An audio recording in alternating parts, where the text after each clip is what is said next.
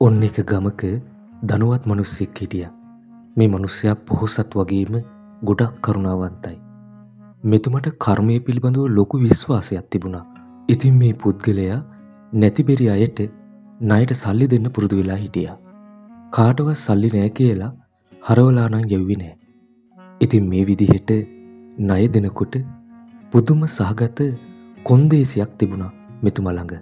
ඒ තමයි ණය ඉල්ලගෙන එන අයගෙන් අහනවා කවද්ද ඔයා මේ සල්ලි ආපසු මට දෙන්නේ?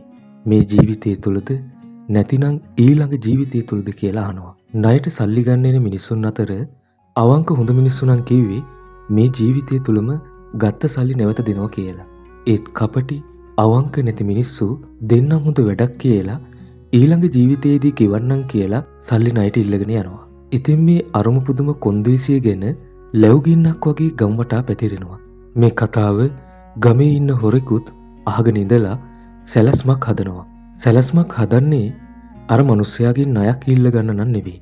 සල්ලි තියෙන ලාච්චුව කොහෙද කියලා බලා ගන්න තමයි මේ හොරාට ඕනි උනේ. සැලැස්මකට අනුව මේ හොරා ධනවත් මිනිස්යා ළඟට ගිහින් ණයක් ඉල්ලුවා. ඉතින් ඊට පස්සේ අර පොහොසත් මිනිස්යා අහනවා මේ ණය ගෙවන්නේ මේ ජීවිතය තුලද නැත්නම් ඊළඟ ජීවිතය තුලද කියලා. ඊළඟ ජීවිතයේදී මම මේ ණය ගෙවන්නම් කියලා අර කට්ට කපටි හොරා මේ ධනවතාට කියනවා. පොහොසත් මිනිසයා ලාච්චු ඇරලා හොරාට සල්ලි දෙනවා. හොරාට ඕනි උනේ සල්ලි තියෙන ලාච්චුව කොහෙද කියලා බලා ගන්න විතරයි. ඉතින් ලාච්චුව තියෙන තැන හොඳටම නිරීක්ෂණය කරගෙන දුන්න සල්ලිත් අරගෙන දෙන්නම් ඔබට මං හොඳ වැඩක් කියලා සතුටින් ඒ මොහොතේ ඒ ගෙදරින් පිටත් වෙලා යනවා. ඉතින් එදා රෑම මේ හොරා අර මිනිස්යාගේ නිවසට ඇතුල් වෙනවා. ඒත් තවමත් මේ පොහොසත් මිනිසයා ඇහැරිලා තමයි හිටියේ. ඒ නිසා ගෙදරයි නිදා ගන්නකම් මේ හොරා ඒ සමීපයේ තිබුණු ගවගලට ගිහින් හැංගෙනවා. කට්ට කරුවලේ ගවගාලේ ඉන්නකොට මේ හොරාට එක එක කටහඬවල් ඇහෙන්න පටන් ගන්නවා. විපරම් කරලා බලනකොට මීහරක් දෙන්නේ එකිනෙකා සමග කතා කර කර ඉන්නව දකිනවා. හොරාටත් පුදුම හිතුණා. මීහරක් දෙන්න කතා කරන දේවල් තේරුම් ගන්න පුළුවන් වීම ගැන. ඉතින් මේ මීහරක් දෙන්නගේ කතාවට ඇහුම්කන් දුන්න හොරාට ඇහෙනවා. එක මීහරකෙක් අහනවා අනෙක් මීහරකගෙන් ඔයා අද නේද ආවේ කියලා. ඉතින් අර මීහරකා උත්තර දෙනවා ඔව් යාළුවා අද තමයි මම මෙහෙට ආවේ. ඔයා මෙතන කොච්චර කාලයක ඉඳලාද ඉන්නේ කියලා දෙවෙනි මීහරකා අහනකොට පළමු මීහරකා දිග හුස්මක් අරගෙන කියනවා මම මෙහෙට ඇවිත් අවුරුදු 3ක් විතර වෙනවා. මම මේ පොහොසත් මිනිස්සයාගෙන් ගිය ආත්මේ ණයට සල්ලි ඉල්ලගෙන ඊළඟ ආත්මයේ දෙන්නම් කියලා පොරොන්දු වුණා. ගිය ආත්මේ මම මැරුණට පස්සේ කර්මය මාව හොයාගෙන ඇවිත් මේ ආත්මේ මාව මීහරකෙක් බවට පත් කරලා මේ ගව ගාලට ගෙනාවා. දැන් ඉතින් මං කිරි දීලා මේ මිනිස්සයාට ණය ගෙවනවා.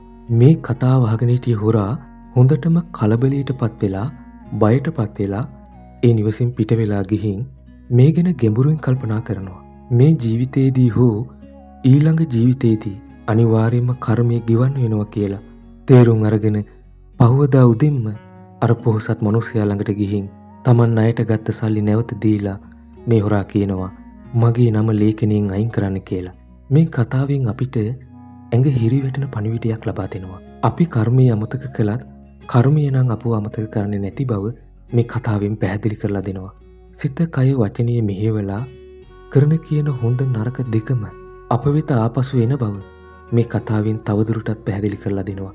කලින් ගත්ත ණය මීහරකෙක් විදියට නැවත ඉපදිලා ගෙවන්න සිද්ධ වුණා වගේ අපටත් අප කරන ක්‍රියාවල ප්‍රතිඵල මේ ජීවිතයේදී හෝ ඊළඟ ජීවිතයේදී ගෙවන්නම වෙනවා.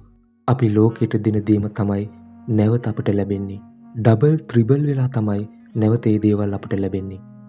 අවංකව සාධාරණව අනිත් අයටත් යහපතක් කරමින් ජීවත් වෙනවා නම් කර්මය අපට සතුට සාමයේ සාර්ථකත්වය ලබා දෙනවා.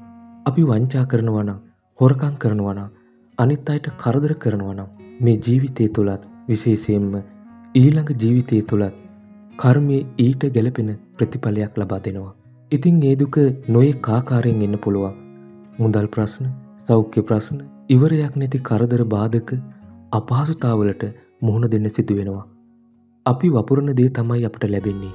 ඉතින් ඒ නිසා අවංකව කරුණාවෙන් යුක්තව සාධාරණව කිසිම කෙනෙකුට හානියක් නොකර ජීවත් වෙන්න අදිෂ්ඨානය ඇති කරගන්න. හැමදාම හොඳ දේවල් පමණක් කරන්න. මොකද අපි අන් අයට දෙන දේම තමයි නැවත අපට ලැබෙන්නේ. ඊතා ඉක්මනින් හෝ පරක් වෙලා හරි නියත වශයෙන්ම කර්මය ඔබ හොයාගෙන එනවා. ගිහින් එන්නම්. හමු වෙමු නැවතත් මෙවැනි වටිනා කතාවක් සමගින්. ඔබට යහපතක්ම වේවා.